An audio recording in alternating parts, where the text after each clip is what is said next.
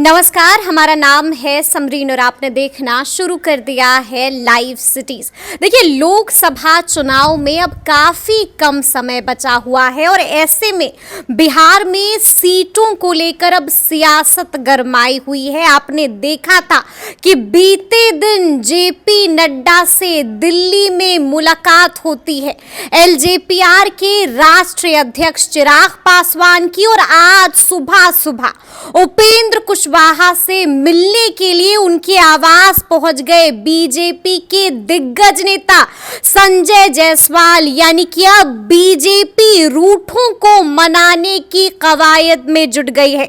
तो आज हम इसी सियासी मुद्दे पर खरी खरी बातचीत करेंगे सीनियर जर्नलिस्ट रवि उपाध्याय जी से। सबसे पहले बहुत शुक्रिया बात आपको करने भी के लिए। शुक्रिया जी, दिल्ली में हमने देखा रवि जी कि बीते दिन जेपी नड्डा से मुलाकात हुई चिराग पासवान की। अंदर की खबर क्या कुछ आ रही है, क्या कुछ बात हुई है दोनों के दरमियान? देखिए, निश्चित रूप से जो केंद्रीय core committee Bharatiya Janata party की थी, दिल्ली में कल बैठी थी। उसमें तमाम बिहार के डिप्टी सीएम और जेपी नड्डा, अमित शाह और संगठन के जो राष्ट्रीय संगठन मंत्री हैं बीएल संतोष, वह लोग बैठे हुए थे। उस बीच वो जब बैठक खत्म हुई उसके बाद में जेपी नड्डा से उनके आवास पर गए चिराग पासवान, जो लोक जनशक्ति पार्टी रामविलास के अध्यक्ष हैं, उनको बुलाया गया। वो गए और जा करके लगता है 45 मिनट के आसपास, आधा घंटा, हाँ, वो बातचीत हुई। और बातचीत बहुत, जो मीडिया का देखिए कई सेक्शन हम समरीन इस बात को कह रहे थे कि वो उलट का पुलट चला रहा था, लेकिन हम लोग लाइव सिटीज ही एक ऐसा माने विश्वसनीयता जिसकी बनी हुई है, और जो हम लोग कह रहे थे वही हुआ। क्या चाह रहा था कि चिराग चले गए महागठबंधन में, इतना का ऑफर आ गया, 10 सीट दे दिया, ये चले गए। हम लोग बार बार कह रहे थे कि अभी ऐसा कुछ नहीं होने जा रहा है और यह सब चलाया जा रहा है। और कल जो बात हुई उसमें सकारात्मक बातचीत हुई है। मतलब आप कह रहे हैं कि पॉजिटिव बातचीत हुई है दोनों के दरमियान? बिल्कुल पॉजिटिव बात हुई, और पॉजिटिव बात होती भी क्यों नहीं। अब नाराज नहीं है चिराग? नहीं, नाराज पहले भी नहीं थे, अब भी नहीं है और ना होने जा रहे हैं। यह बात पर हम बराबर से इस बात को बोलते आ रहे हैं। और देखिए, एक चीज जो समझने वाली बात है कि जो 2014 में जब एनडीए था, उस समय 7 सीट पर लोक जनशक्ति पार्टी लड़ी थी, इसमें कोई दो मत नहीं है।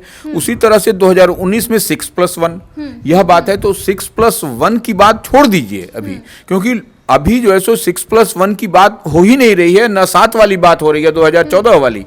अब बात हो रही है हमको 5 सीट चाहिए, एक ऐसे चाहिए। यह बात तो ऐसे में निश्चित रूप से जेपी नड्डा से जो बात हुई है उसमें वही बात हुई है कि हमको 5 सीट चाहिए, लेकिन उससे इतर जो हमको जानकारी मिल रही है वह 4+1। अच्छा, 4+1 आपके पास जानकारी है, लेकिन आप ये कह रहे हैं कि वहां पर जो बातचीत हुई तो चिराग पासवान ने साफ साफ कह दिया कि हमको 5 सीटें चाहिए। हाँ, यानी कि 5 सीटों के लिए अड़ गए हैं चिराग। देखिए, निश्चित रूप से अड़े नहीं है, 5 सीट उनका डिमांड है। वह चाहते हैं कि 5 सीट मिले। उसमें हाजीपुर सुरक्षित सीट भी होना चाहिए। वो हाजीपुर सुरक्षित सीट और हाजीपुर सुरक्षित सीट देने के अलावा 4 और, हाँ, तो वो ऐसे में निश्चित रूप से आप समझ लीजिए कि हाजीपुर सुरक्षित सीट चिराग पासवान के खाते में ही है। इसको आप एकदम लिख लीजिए इस बात को। मतलब अब आप इस पर बिल्कुल डाउट मत कीजिए, कोई शक और शुबा बचता ही नहीं है हाजीपुर को लेकर, आप यही कह रहे हैं? बिल्कुल बिल्कुल, हाजीपुर सीट पर निश्चित रूप से चिराग पासवान के ही खाते में है। और इधर उधर जो 2-3 सीट की बात, जो मान लीजिए जहां पर पेंच फंसता हुआ, जैसे जहानाबाद की सीट को, जैसे वाल्मीकि नगर सीट की बात है, तो वाल्मीकि नगर सीट भी जेडीयू के पाले में है, जहानाबाद सीट भी जेडीयू के पाले में है। तो वैसी सीटों पर जो पेच की बात आ रही है वह पेच भी कमोबेश सॉर्ट आउट कर लिया गया है। देखिए, भारतीय जनता पार्टी क्या कर रही है। मतलब आप ये कह रहे हैं कि क्या जेडीयू मान गई है? वही, जेडीयू इस रीशफलिंग के लिए तैयार हो गई है? नीतीश कुमार ने हरी झंडी दिखा दी? देखिए, नीतीश कुमार की ओर से, नीतीश कुमार की पार्टी जो जनता दल यूनाइटेड है, नीतीश कुमार उस पार्टी के राष्ट्रीय अध्यक्ष हैं। और ऐसी परिस्थिति में एक बात समझ लीजिए कि वह सूची जो है सो विदेश रवाना होने से पूर्व वह सूची उनके पास, भारतीय जनता पार्टी के पास पहुंचा दी गई है। इसमें भी कोई दो मत नहीं। और ये पहुंचाया है संजय झा ने। हाँ, बिल्कुल, वो तस्वीरें भी हमने देखी। हाँ, तो वो आप समझ लीजिए कि वह भी सूची चली गई है, वह भी सूची वहां पर है। ऐसे में कोई भी किसी तरह का शक शुबा किसी को पाल के नहीं रखना चाहिए। और भारतीय जनता पार्टी का बार बार हम लोग कह रहे हैं कि वह करिए कमल निशान को देखा देखना है, तो वो ऐसे में कमल निशान कैसे दिखेगा? जबकि एनडीए फोल्ड में आप रहिएगा तभी कमल निशान भी दिखेगा। वो 4-5 जो गठबंधन अलायंस है सबका साथ में इकट्ठा वो सब कुछ होगा। तो ऐसी परिस्थिति में जहानाबाद और वाल्मीकि नगर सीट भी जो पेच फंसता हुआ जो दिखाई पड़ रहा था वह भी सॉर्ट आउट कर लिया गया है। और कहीं ना कहीं भारतीय जनता पार्टी जीतने के मूल मंत्र पर, जीतने के सीट को जीतने के मूल मंत्र पर काम कर रही है।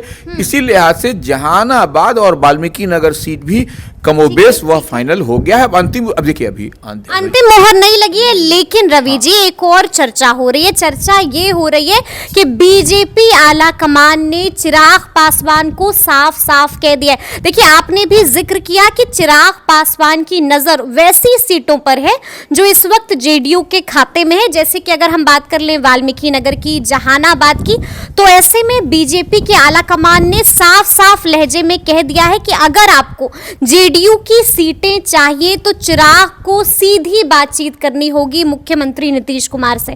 तो क्या चिराग नीतीश कुमार से बातचीत करेंगे? मुमकिन लग रही है ये बात? देखिए इसमें समरीन एक बात और है, ड्राइविंग सीट पर भारतीय जनता पार्टी है, स्टीयरिंग उसी के हाथ में है और बड़े भाई की भूमिका में है एनडीए अलायंस में। तो ऐसे में जो भारतीय जनता पार्टी कहेगी वह नीतीश कुमार को भी मान्य होगा, वही मान्य चिराग पासवान को भी होगा। और दूसरी बात यह है, वाल्मीकि नगर की जो आप चर्चा कर रही हैं और जहानाबाद की जो चर्चा कर रही हैं, वह दोनों पिछले लोकसभा के चुनाव में बहुत कम मार्जिन से, बहुत थीन मार्जिन से वह सीट इन दोनों के पाले में आई थी।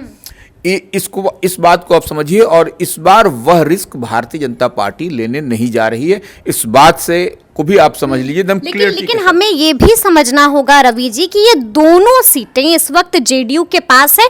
तो बीजेपी आला कमान ने साफ साफ डायरेक्ट कर दिया है चिराग को कि अगर आपको ये सीटें चाहिए तो नीतीश कुमार से बातचीत कीजिए। तो क्या बातचीत के लिए राजी होंगे चिराग? देखिए निश्चित रूप से चिराग, उन्होंने तो मुलाकात भी नहीं की थी मुख्यमंत्री नीतीश कुमार से। देखिए जब अब चुनाव जब मुहाने पर है, अंतिम घड़ी है, उल्टी गिनती शुरू है, तो ऐसे में नीतीश कुमार, और देखिए नीतीश कुमार से चिराग पासवान की कोई पारिवारिक दुश्मनी तो है नहीं। हाँ, लेकिन तख्ता पलट के बाद हमने देखा था कि तमाम सहयोगी दलों के नेताओं ने मुलाकात की थी। फिर चाहे वो जीतन राम मांझी हो, फिर चाहे वो पशुपति पारस हो, फिर चाहे वो उपेंद्र कुशवाहा हो, लेकिन अब तक चिराग ने मुलाकात नहीं की है रवि। नहीं, चिराग पासवान तो राजभवन में उसके बाद भी मुलाकातें हुई हैं इन नेताओं की। नहीं, ठीक है, वह देखिए वह लोग अभी वो दूसरी परिस्थिति में है। और निश्चित रूप से चिराग पासवान देखिए सीटों को लेकर तो बात करेंगे ना। हाँ, सीट को निश्चित रूप से नीतीश कुमार भी बात करना चाहेंगे और वह भी बात करना चाहेंगे कि नीतीश कुमार की भी, देखिए नीतीश कुमार का वह यूएसपी नहीं रहा जो पहले वाला यूएसपी। कहीं ना कहीं जो 17 महीने का जो उनका जो इधर उधर का जो गए, तो वह उनकी विश्वसनीयता में भी जो अंदर जो था वह उसमें कमी आई है, उसमें ह्रास हुआ है। इस बात को सारे लोग समझ रहे हैं। तो ऐसे में नीतीश कुमार भी बात करेंगे और वैसा अगर पेंच फंसता हुआ दिखाई पड़ा, बात भी करना, चिराग भी बात करेंगे। ऐसा बिल्कुल बात करेंगे। चिराग उनको, देखिए चिराग उनको सम्मान तो देते रहे हैं, कभी भी किसी परिस्थिति में आप देख लीजिए, कहीं चिराग के देखिए संस्कार में और कल्चर में कभी चिराग में आप कभी भी थोड़ा सा 0.1 भी आप उसमें झोल झाल नहीं देखिएगा। लेकिन आपने कहा कि ठीक है बात करेंगे चिराग पासवान, ये भी एक परिस्थिति बन सकती है। लेकिन हमें ये भी देखना होगा रवि जी कि इस वक्त मुख्यमंत्री विदेश दौरे पर निकल गए हैं, यानी कि चिराग को अभी और वेट करना होगा, अभी और लंबा इंतजार करना होगा। नहीं, देखिए वो सब कुछ बात हो जाएगा। अभी तो विदेश हो या देश में हो, अभी तो एक टेलीफोनिक कॉल पे एक दूसरे का डिस्टेंस का, फोन पे कहाँ इस तरह की बात नहीं, बात नहीं, मन एक बात हम कर रहे हैं तो उस तरह से भी हो जाएगी। और नहीं आएंगे तब तो बात हो ही जाएगी। लेकिन हमको लगता है कि इस बीच में जो और भी उनके जो दूत भूत होते हैं, जो पॉलिटिकल जो समझते हैं, समझदारी रखते हैं, हर पार्टी हर दल में होते हैं। ऐसा नहीं है कि चिराग पासवान ही बात करेंगे और नीतीश कुमार ही बात करेंगे। उनकी तरफ से भी कोई प्रतिनिधि होगा, इनकी तरफ से भी कोई ऑथराइज प्रतिनिधि होगा और वो बात कर लेंगे। इस बीच में बात फुल एंड फाइनल हो जानी चाहिए, हमको जो दिखाई पड़ रहा है। और जिस तेजी के साथ भारतीय जनता पार्टी का, आप देखिए भारतीय जनता पार्टी बहुत स्पीड अप हो गई है, एक तरह से बहुत तेजी के साथ गजब एक्शन में देख रही है। अब कल देखिए स्पेशल प्लेन आया, स्पेशल प्लेन से लोग जो जा रहे हैं दिल्ली में रात में बैठक हुई, यह सब कुछ दिखाई पड़ रहा है कि अब जो हम जितनी बातें हम लोग कह रहे थे कि भारतीय जनता पार्टी कहीं ना कहीं बिहार के कंटेक्स्ट में, बिहार के संदर्भ में पिछड़ती दिखाई पड़ रही है महागठबंधन की तुलना में। तो वैसे में अब वो इस बात का उसको भी आभास हो चुका है भारतीय जनता पार्टी को कि अगर हम अब देर करेंगे तो बिहार उनके फतेह करना आसान, बिहार फतेह करना आसान नहीं होगा। इसलिए देखिए कल से देखिए कितनी तेजी के साथ जो है सो यह सब परिवर्तन दिखाई पड़ रहा है, और स्पेशल प्लेन आ रहा है, जा रहा है, लैंड हो रहा है, यह तब तो दिखाई पड़ रहा है कि भारतीय जनता पार्टी कितनी तेजी के साथ इस कदम में इस तरफ बढ़ रही है। जी अच्छा, एक और बात है जिस पर हम लोगों को चर्चा करनी होगी रवि जी। एक और खबर चल रही है, पॉलिटिकल कॉरिडोर्स में एक और चर्चा हो रही है।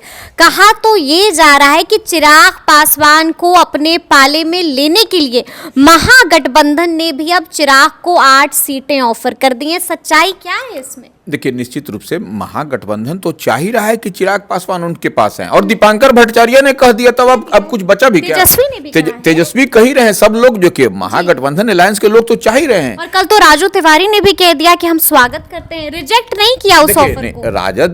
राजू तिवारी की बात नहीं, वो प्रदेश अध्यक्ष है, वो अलग विषय है। लेकिन देखिए जब आप उनके नेता की पॉपुलैरिटी, राजू तिवारी की बात की ऐसे समझिए कि उनके नेता की पॉपुलैरिटी कैसी है, पकड़ कैसी है राजनीति में, कि हर दल उनको अपने पाले में करने के लिए तैयार है। तो यह 8 सीटें ऑफर कर दी है महागठबंधन। हाँ 8 या 10 भी कर देंगे तो उसमें कहीं कोई दिक्कत नहीं है। देखिए चिराग की जो पॉपुलैरिटी है, जो उनका बेस है, जो जमीनी स्तर पर काम किया हुआ, उसी आधार पर कोई उनको टिकट दे रहा है, ऐसे थोड़ी दे रहा है। ये बात मतलब इस खबर में दम है कि ऑफर हुई है 8 सीटें। देखिए निश्चित रूप से ऑफर राजनीति में तो क्यों नहीं ऑफर होगा समरीन, सब कोई को जीतना है, सब लोगों को टारगेट यहाँ अचीव करना है बिहार में। और बिहार में अगर यदि जोल्ट अगर यदि लग गया तो समझिए कि वो देश के स्तर पर भारतीय जनता पार्टी को, देखिए अब एक चीज तो समझ लीजिए, जितना 2019 के लोकसभा चुनाव में आया था उससे अब वो एक और सीट अधिक तो वो हो गया।